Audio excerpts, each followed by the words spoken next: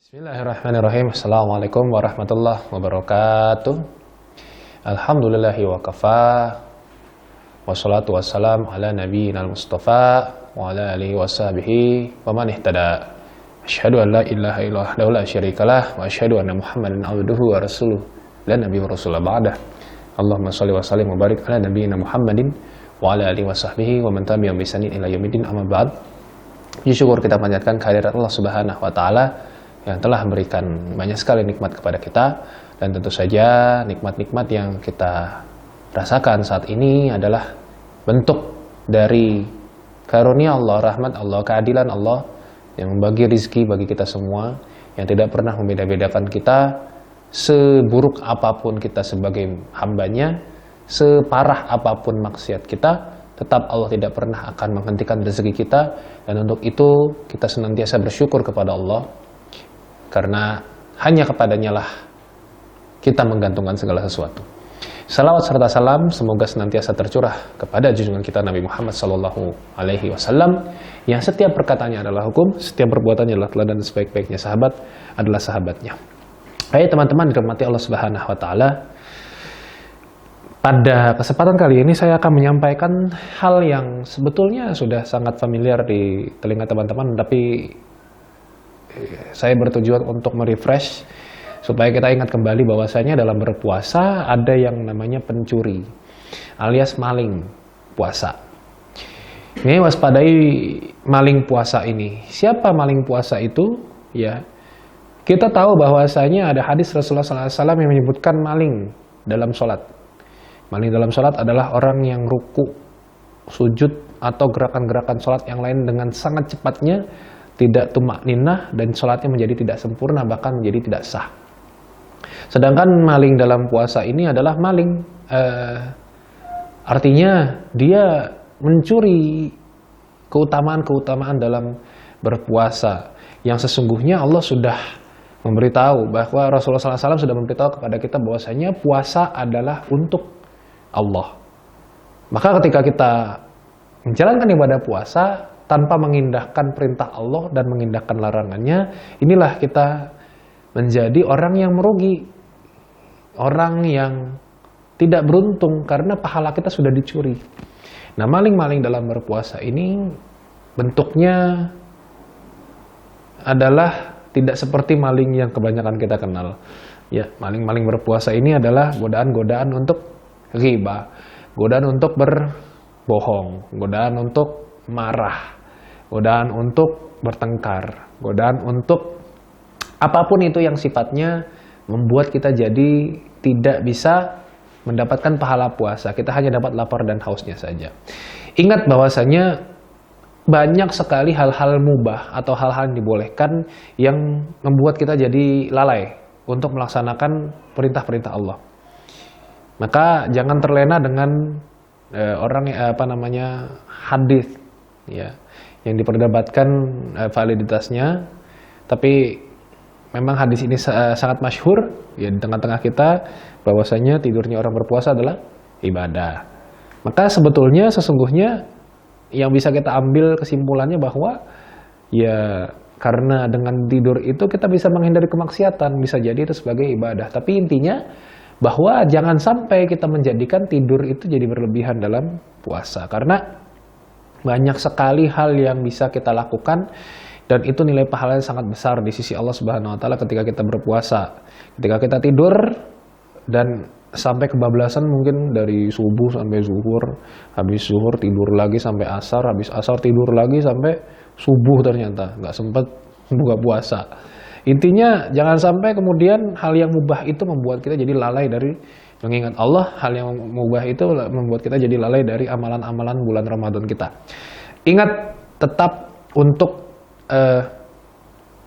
memaksa diri kita untuk melakukan ibadah-ibadah yang memang disunahkan oleh Rasulullah SAW, dicontohkan oleh Rasulullah SAW, sehingga kita tidak terkena hal-hal mubah yang membuat kita jadi terlalaikan. Kemudian ada selain hal mubah, ada hal-hal yang dilarang seperti tadi saya sebutkan, ghibah, wala yaghtab ba'dukum ba'da. Janganlah kamu membicarakan orang, jangan kamu bergibah satu sama lain. Artinya ghibah ini adalah sesuatu yang memang dilarang oleh Allah Subhanahu wa taala dan menjijikkan karena seperti makan daging bangkai saudara sendiri. Ghibah ketika berpuasa ini membuat pahala puasa kita berkurang. Semakin banyak ghibahnya semakin berkurang sampai habislah puasa kita cuma mendapatkan lapar dan hausnya saja.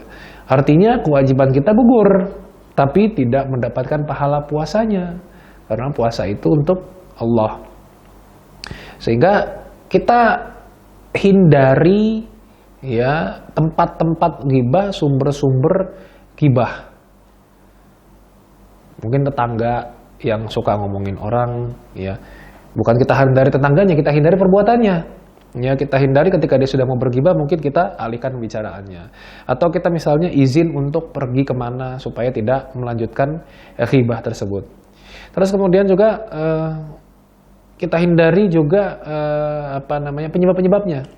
Ya. Apa penyebabnya ghibah itu? Prasangka. Prasangka apapun bisa buruk dan bisa baik. Yang baik saja bisa jadi timbul ghibah, apalagi yang buruk. Kita hindarkan prasangka, kalau misalnya memang tidak berprasangka, setidaknya prasangka itu jangan sampai kita ceritakan kepada orang lain. Kemudian yang perlu kita perhatikan juga adalah ghibah itu muncul dari hasad.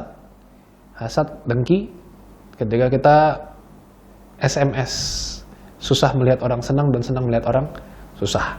Penting sekali untuk menghindari sifat hasad, karena hasad ini adalah salah satu cara untuk menimbulkan ghibah. Ya.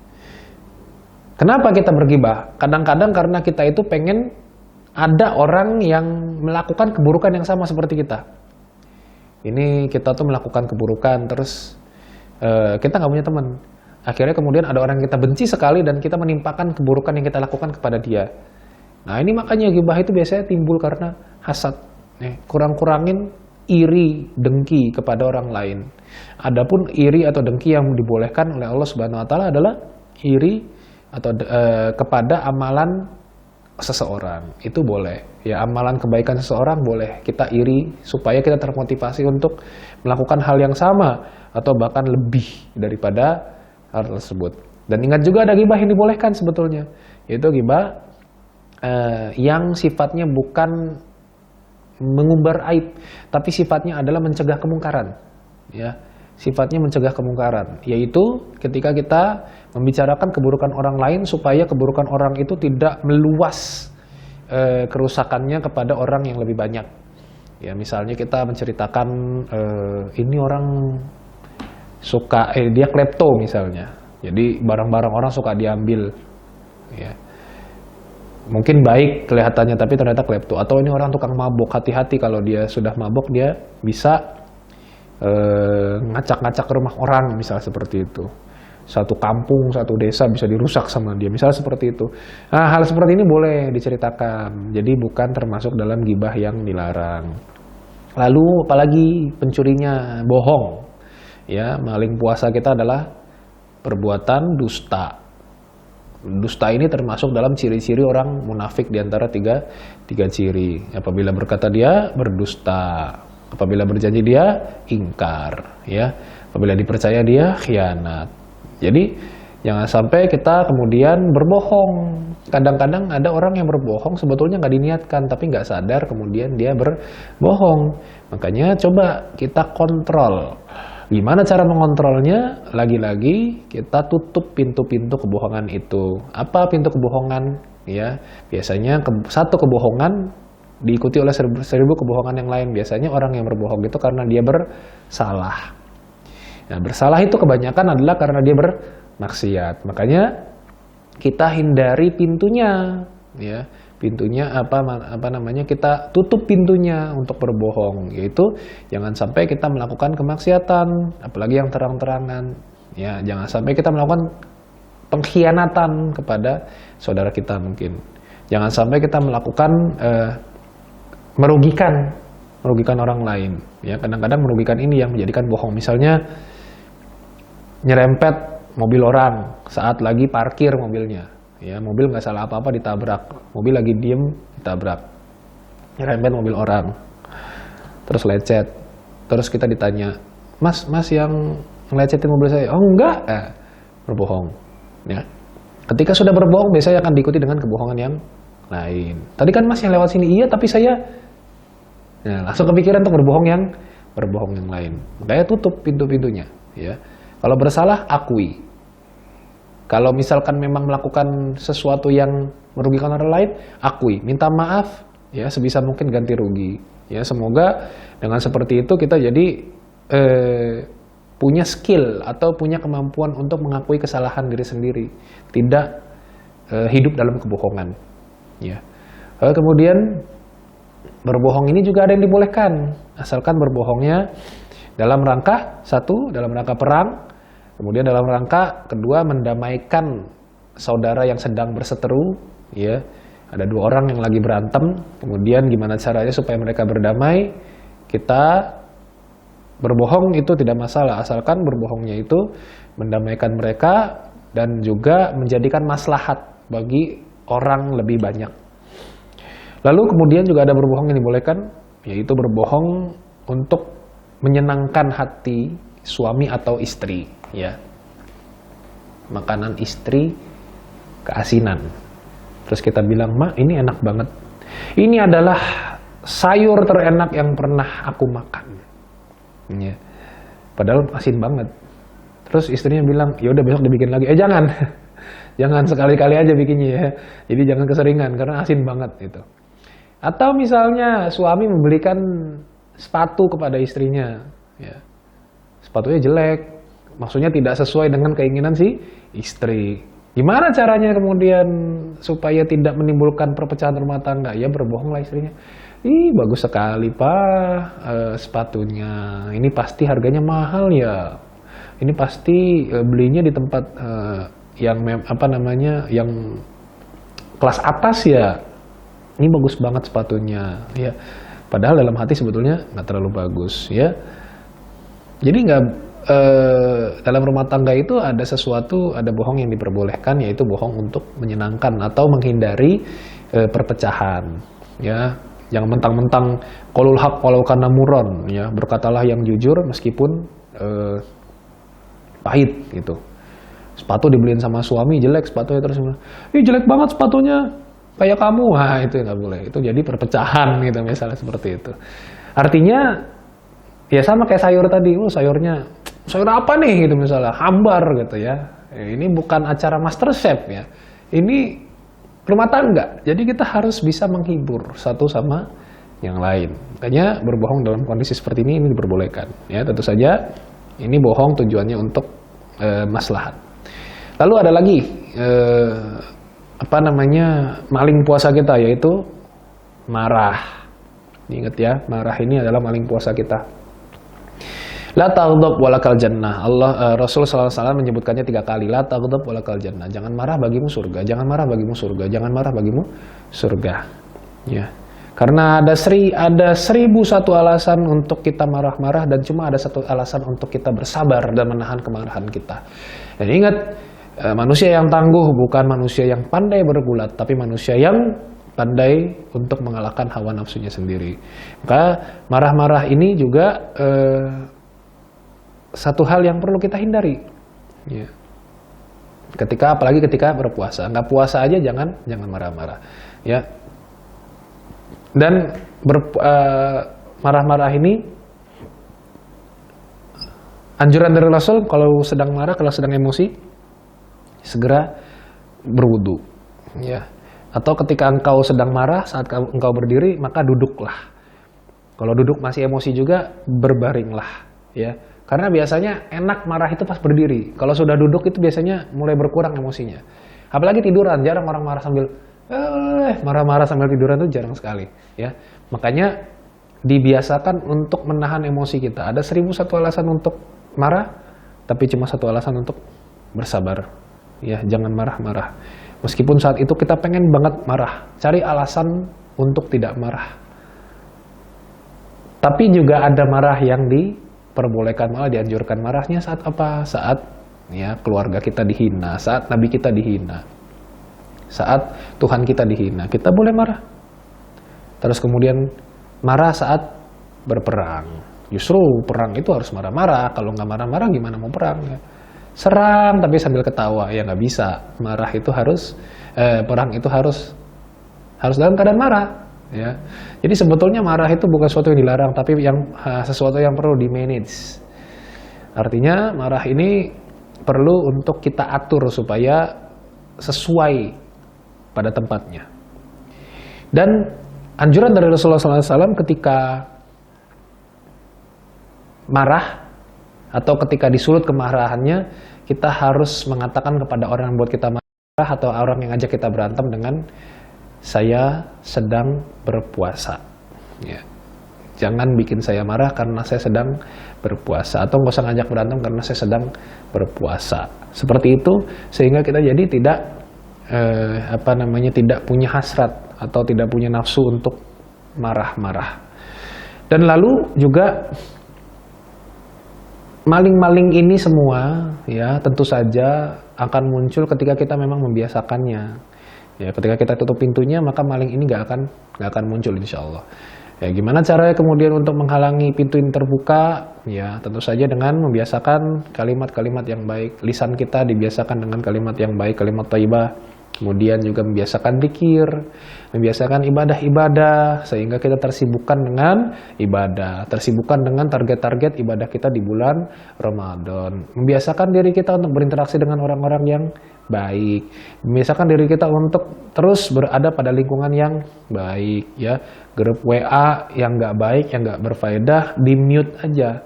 Ya, kalau grup WA-nya baik, ya berkumpullah di situ. Yang sering ada yang share hadis, ada yang sering nyebar tausiah, juga misalnya ada yang sering nyebar hasil kajian begitu. Cuma terus kemudian di masa seperti ini, pandemi seperti ini, ya kita mau tidak mau terbatas diri kita untuk mendatangi kajian-kajian dan majelis ilmu. Maka sangat dianjurkan bagi kita untuk mengakses channel-channel yang sifatnya memberikan edukasi baru bagi kita, pendidikan agama, pendidikan hal-hal yang membuat kita itu bisa menambah skill kita, menambah aktualisasi diri kita, dan lain sebagainya. Sehingga kita tidak kecolongan, puasa kita tidak didatangi oleh maling puasa kita, sehingga kita mendapatkan pahala yang sempurna dari ibadah-ibadah di bulan Ramadan kita.